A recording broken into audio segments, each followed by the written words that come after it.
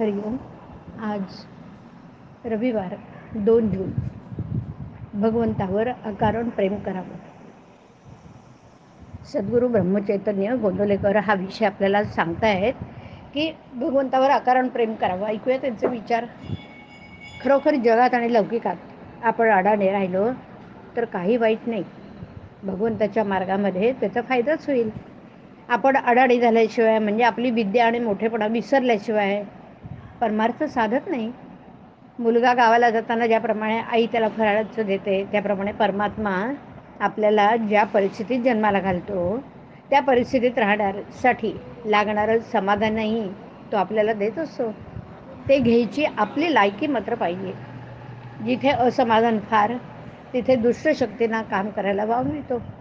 अगदी याच्या उलट जिथं खरं समाधान आहे तिथे चांगल्या शक्ती मदत करतात.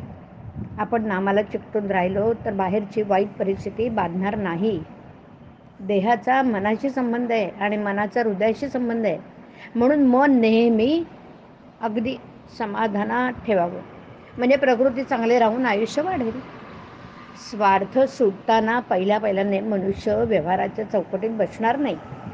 जो येईल त्याला तो आपलाच होणार. पण परमार्थ मुरला की तो व्यवहार बरोबर करून शिवाय निस्वार्थी राहील. खरोखर परमार्थ एक शास्त्र आहे. त्यामध्ये सुसूत्रता पण आहे. व्यवहार न सोडावा पण विषयाकडे गुंतणारी आपली वृत्ती भगवंताच्या आड येते. म्हणून तिला भगवंताकडे गुंतवावं. भगवंताची खरी आवड उत्पन्न झाली पाहिजे. बरं, भगवंतावर अकारण प्रेम करणं ह्याचं नाव परमार्थ आहे. परमार्थाला डोकं शांत पाहिजे. एका गृहस्थाला सगळीकडे रामाची मूर्ती दिसू लागली. झालं, त्याला वाटलं की देव आपल्याला भेटला. पण हे काही खरं भगवंताचं दर्शन नव्हे. तो सर्व ठिकाणी आहे अशी भावना झाली पाहिजे. परमार्थाची काळजी करू नये. ती काळजीच प्रगतीच्या आपल्या आड येते.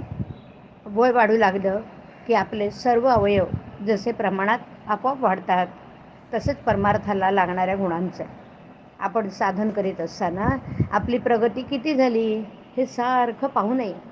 समजा आपण आपल्या परसात एक झाड लावलं आणि ते किती वाढलं हे पाहण्यासाठी रोज त्याच्या मुळ्या उपटून आपण पाहू लागलो तर ते झाड वाढेल.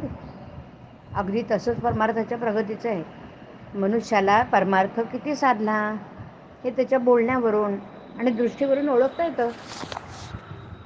हरिओम. हरिओम तत्सत.